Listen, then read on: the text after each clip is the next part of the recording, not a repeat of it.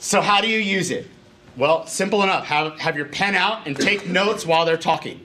So whatever they're telling you that they're from the Bay Area, you write down Bay Area. They're telling you that they're looking to relocate, but maybe not for 2 years, you write down that information. They're going to give you a lot of information. Let them talk, and you'll take your notes. Then you want to get down and nail down really exactly what it is that they're looking for. So think about it in terms of setting up an MLS search. So what do you need for an MLS search? You need to know the size of the home. You need to know how many minimum beds, how many minimum baths, what square footage, what price, what area. You need all that information. So ideally, you want to gather all that information when you're having the conversation with them. If they give you information that is somewhat vague, then you'll want to get specifics from them by asking them questions point blank.